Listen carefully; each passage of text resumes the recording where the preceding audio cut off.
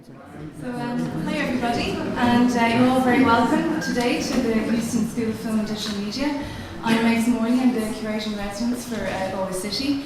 Today's symposium, Thinking Through Institutions, is the final public event of my curatorial residency here in the city, and it marks the culmination of multiple strands of research, dialogues and discussions developed through the Power Institution programme over the last year.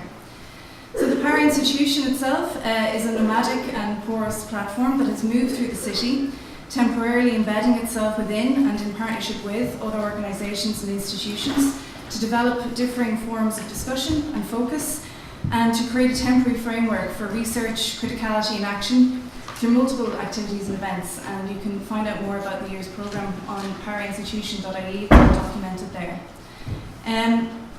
But today really isn't kind of a final endpoint or sort of a destination.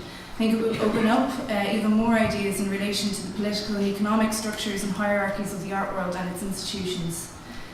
In the context of both post and neo-colonialism, social and political unrest, the ever-shrinking forms of public spheres, the ecological crisis and the conditions of neoliberalism and enforced precarious labour, today's speakers offer their unique perspectives on the impact that these conditions have and how we work together and organise ourselves, and how we might understand, think through or even imagine the potential of art and its institutions in the democratisation of power, debate, criticality and cultural change. So the work that you've just seen is Andrew Fraser's seminal work, Museum Highlights from 1989. For any of you that missed the beginning, or if you'd like to see it again, it's being rescreened here at 1 o'clock in this room during the lunch break. So many of you will already be aware of her work, obviously, in the area of institutional critique, but I just wanted to really introduce her work to those that might not have, and also those from other disciplines that might be here today. And also I felt it was important to begin the day with the work of an artist, and that will be bookended by the final screening at the end of the day by Haroon Faraki, A New Product.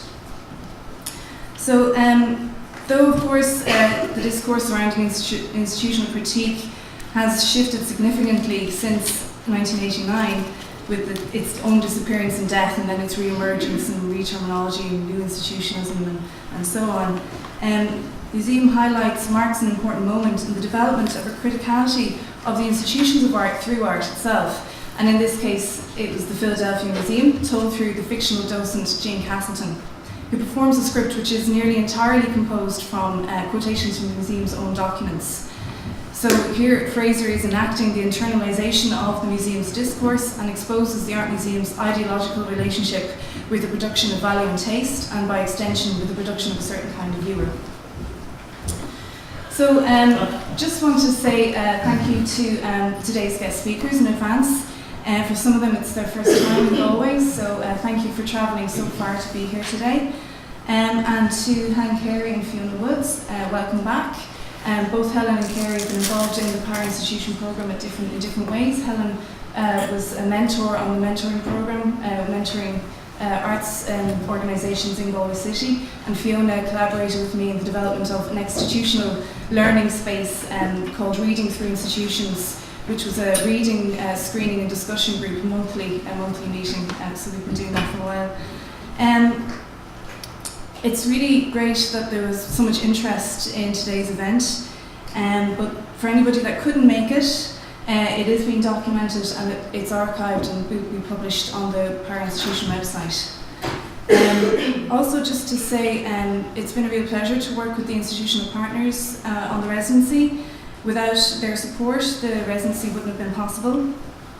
But in particular, I'd like to thank Sarah Searson, who is the head of GMIT of Creative Arts and Media, who was really supportive throughout the residency, even though she's recently been appointed the director of the Dock Arts Centre in Carrick-on-Shannon. Also like to thank James Harold, the City Arts Officer, who's here today, Megs Morley, the Visual Arts Officer at Galway Arts Centre, and Rod Stoneman, who's the director here at the Houston School of Film and Digital Media, who's hosting today. Thank you very much for having us here, Rod.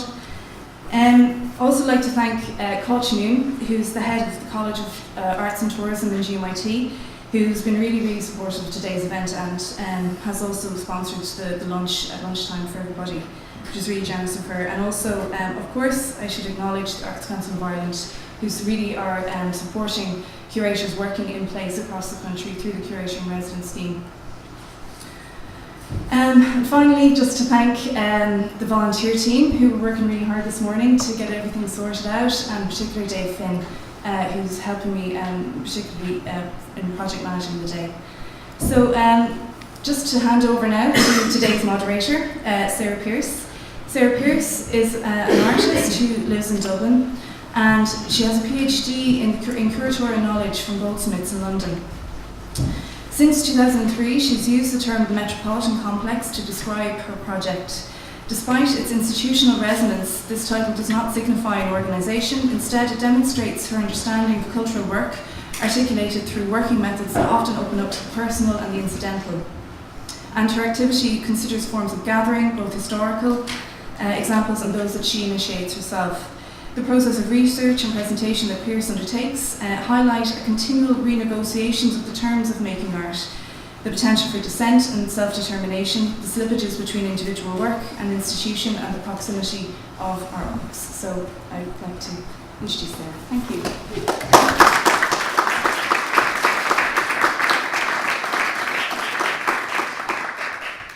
Thank you. I'm just going to give some brief words to just lay out the day for you.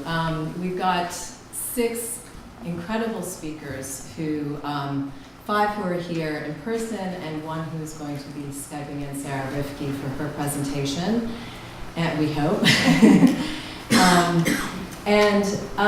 I think that, really what we're looking for today, I mean, Megs has put together the speakers knowing that there's a range of contexts in terms of this idea of thinking through institutions.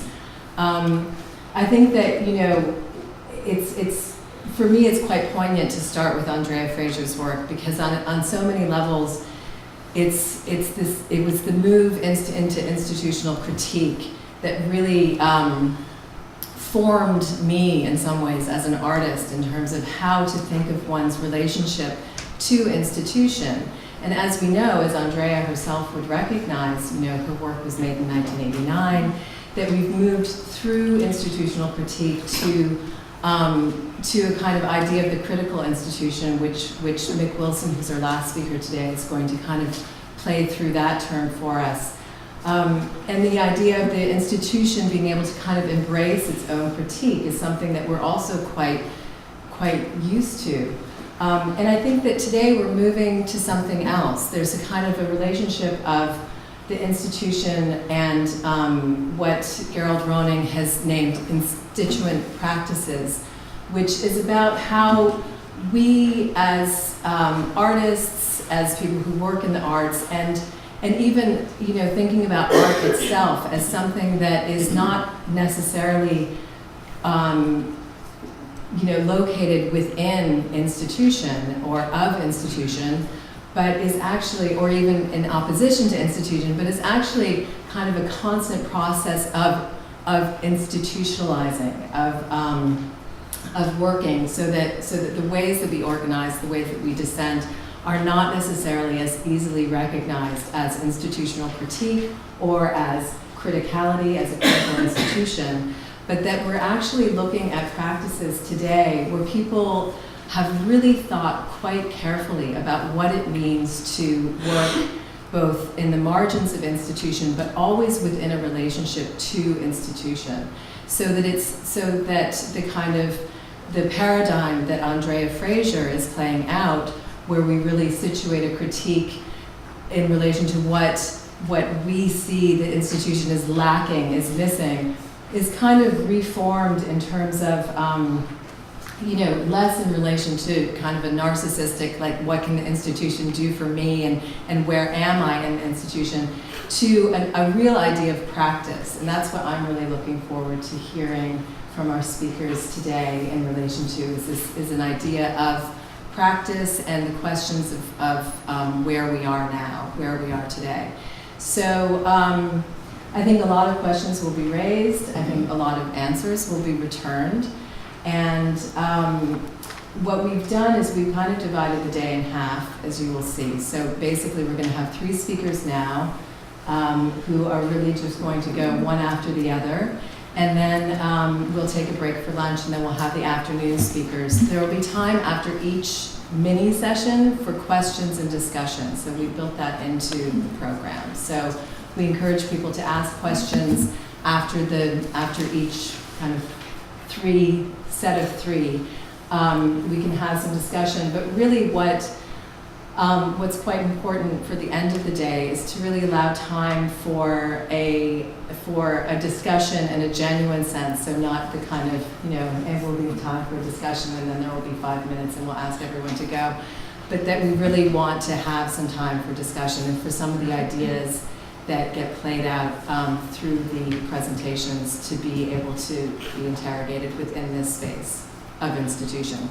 So without further ado, I'm going to introduce you to Helen Harry. Helen is, right now, she's working as the director of the Fire Station Artist Studios in Dublin. And Helen is, like all of the speakers today, a great thinker who has really pursued a relationship to institution with artists and really thinking with artists about practice. So here's Helen.